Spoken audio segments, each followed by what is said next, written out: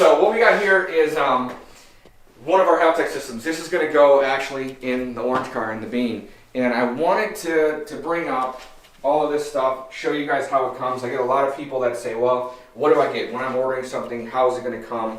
And what are we going to get here? And a lot of times you don't get to see it until you have it in your hands. Well, I wanted to show you how everything goes. So this specific system is a 2500 REM, race expansion module, 16 injector, pretty much based around like a 16 injector, let's say turbo pro mod alcohol type thing. And the reason I went with this one is mainly because of the IOs that we have available between both of these. Also, when you get this system, it's going to have the torque management functions, which Haltech has a really good video on that, but I'll be doing some more of that in the future. So we'll basically just roll through. This whole table here is exactly how, if you ordered a REM system, is exactly how it's going to come. You're going to have your 2500 ECU and your race expansion module. In the 2500 box, you're going to get your programming cable, you're going to get a little USB sticker, then you're going to have, everything's going to have a quick start guide, which is going to give you kind of some basic rundown on stuff, and you're going to get your wiring diagram here. So you're also going to get this whole quick start guide, which is the terminated harness, explains everything in the harness that I'm kind of going to go through with you guys so you really understand it. Along with this, you're going to get, these are just spare output stepper wires if you need some spare outputs.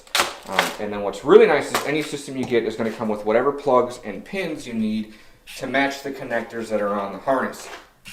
So we'll roll through this. This piece here is specific to the REM system. It's a solid state relay with battery cable. That's how we're going to power everything is through this solid state. So that kind of all connects together, helps everything talk to each other and whatnot. So we'll go through the basic harness, because you have the harnesses and then you have sub harnesses, everything that comes with it. This firewall plug is where everything comes through. So this is our engine side of things, this is our cabin side of things.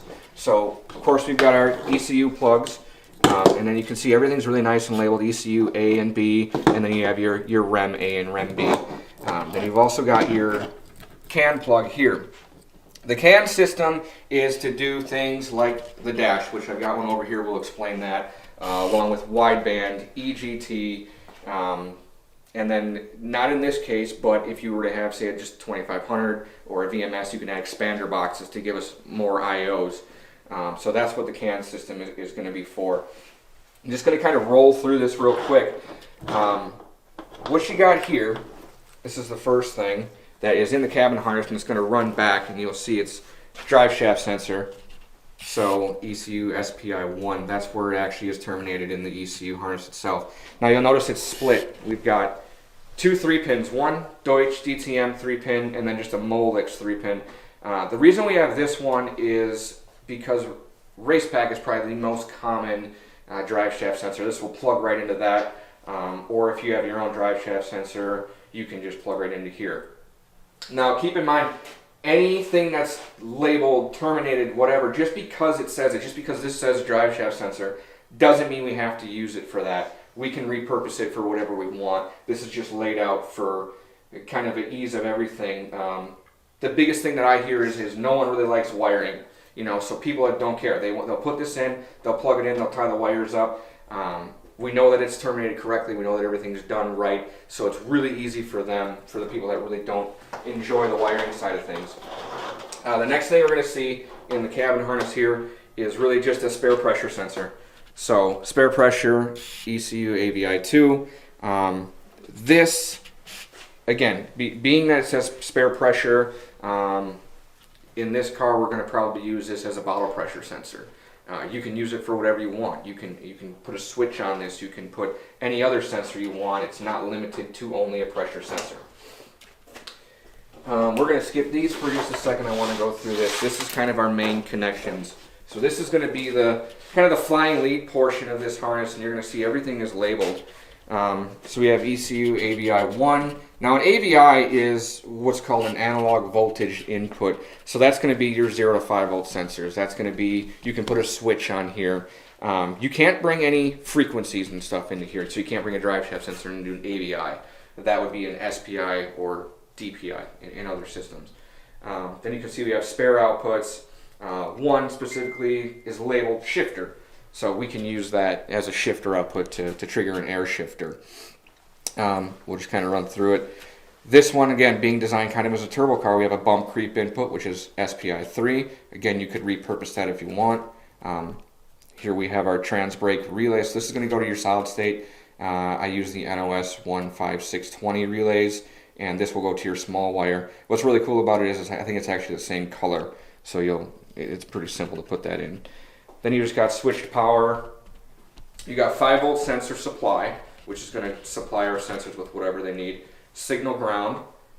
We've got a DPO1, which if you're putting a tack in it, if you don't have a dash and you want to run an automated tack or something, you're going to use DPO1, and that's going to run our tack signal. We got our trans brake input wire, and then we've got another spare ECU AVI 6, and then here we've got just a switch power. So when you turn your ignition switch on, this is what's going to turn everything on. So that's kind of our flying lead side of things. The next thing I really like about this harness specifically is now we have these kind of sub harnesses. You can say this is labeled gearbox inputs. So this has got a plug here.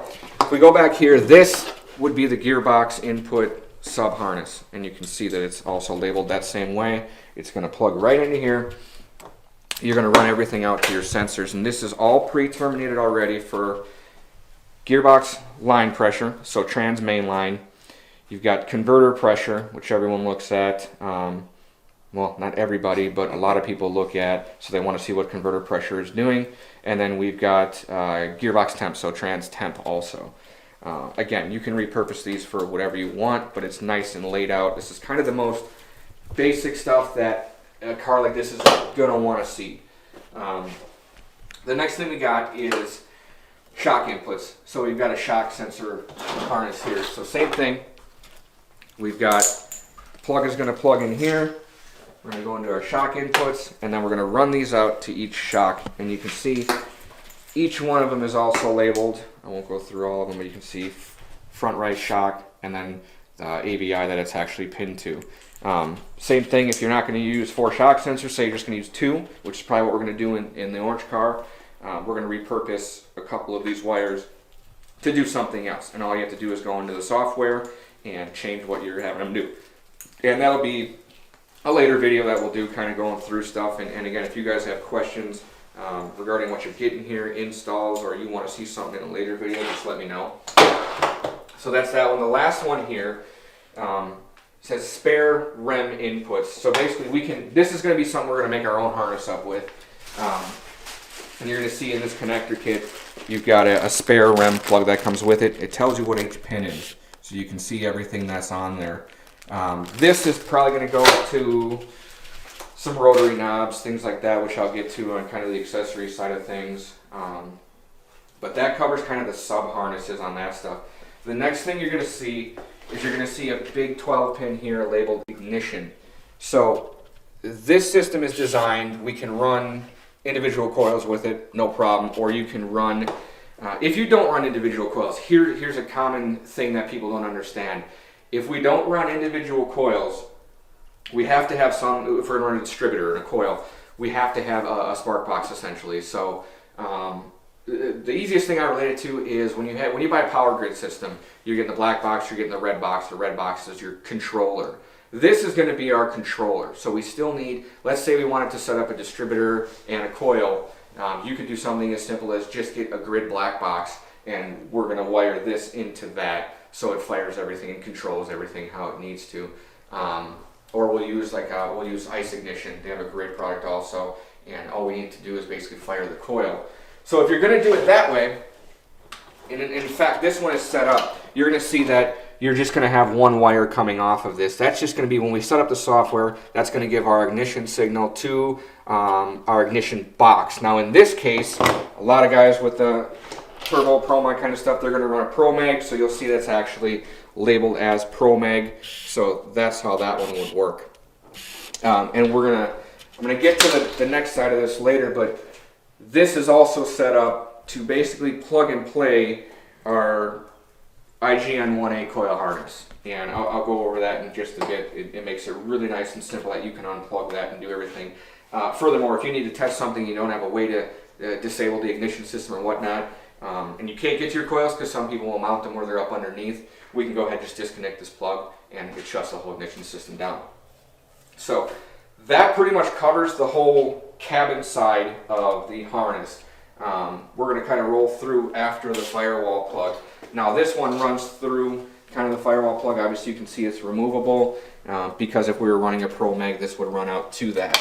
But we're not on this one, so that's going to get removed. Now we're just going to kind of run through everything. The first is you're going to see, specifically on this one, we're going to see that because this is a 16 injector setup, 2 different plugs for our injectors, a gray and a black, color coded so that we can't screw things. I guess you still could screw it up, but hopefully it makes it easier for you guys. Again, each one of these has their own sub harness. So you're going to see this one here is our gray one, which is going to run out injector 1, 2, 3, 4, 5, 6, 7, 8. That's going to be our main kind of primary injectors. Then our other one is going to be our secondary injectors, which is our REM, 1 through 8. So that's going to plug into both of those. Plug them into your injectors. They're set up for EV1s. You can change it if you need to. But that's the basics of that. So then we're just going to kind of run through this whole harness here and everything that comes through the firewall. And I'll just kind of run down the list. Pretty simple. Oil pressure, AVI 4, where it goes to. Plug it into your oil pressure sensor, set your calibration, you're done. Pretty simple. This one, now being again that this is set up more based on a turbo application, they've already terminated for a wastegate pressure sensor. Being this car right now doesn't have a turbo on it, we're going to repurpose this, more than likely use coolant pressure for this one, which is, again, we could just plug it in and leave the labels how we want to and just program it, or a lot of times I'll relabel everything too. Running down the list here, so this here is going to be our cam input, or what we're going to call our home sensor, and you'll see that it's terminated 2 different ways. You're only going to use one of these, but the 3-pin here is going to be for a Hall effect style sensor. The 2-pin here is more for a reluctor style sensor. This will plug right into like an MSD distributor. So I've actually used on my old car, we took a distributor and modified it so it produced just a 1X signal. Plug this into there and you're good to go. Another thing I like about this is I can actually use this for the MSD tester. It'll plug right into here if we want to test some of the outputs and generate an RPM signal and whatnot. Next one we'll grab here is going to be our crank sensor. Same thing here. I really like it for this one because, again, we can put any Hall effect sensor on here. This will actually get repurposed for LS, so we're going to take this off, or you can make a jumper harness. I like to basically decrease all of the connections that we have, so I usually cut it off and we'll put a new plug on there. This will get the LS crank plug. Pretty simple. If you're using an MSD crank trigger, this will plug right into it. Common misconception, everyone's going to think that green goes to green. It actually doesn't, so don't freak out if you're putting one of these in and green doesn't go to green. Through the next one here, I'm just kind of grabbing as we go. Engine temp, coolant temperature, pretty simple. This one's set up for just a GM style coolant temperature. It's going to plug right into that. You're good to go. Again, being that this is set up more for a turbo car, this is an output. So we've already got boost decreased and boost increases in here also, that we can terminate our MAC valves and plug it right in. Now this is going to have our stepper output, and it's also going to have a 12-volt switched wire. So that makes it really nice and easy. All you have to do is put the connector onto your solenoids and plug them in, program it, we're done. It makes it nice and simple to use. Here's our boost increase. So that's going to be, again, the real nice simple way to do things. Next thing we're going to see is our TPS. Again, pretty basic, just a 3-wire. It's going to go to our TPS sensor. Then we're going to have our fuel pressure sensor, which is got the 3-pin on there for that. We've got air temperature. This is a spare DPO, so this is a spare output. It's going to act the same as like our boost increase and decrease. We can control whatever we want from it. Any DPO, we can control pretty much anything we want, whether it be fan, water pump, fuel pump, shift lights, shifter, anything you can think of, we can pretty much control it through a DPO as an output. And then of course we got our map sensor plug. So that pretty much covers the whole base harness ECU. everything that's going to come with it. As we start putting it in the car, we'll kind of shoot a few more videos and kind of show you everything that we have to do, and little quirks, little tricks here and there. Again, if you got questions on something, or you want to know how we can control something, we'll go through all of that and kind of see what we can do.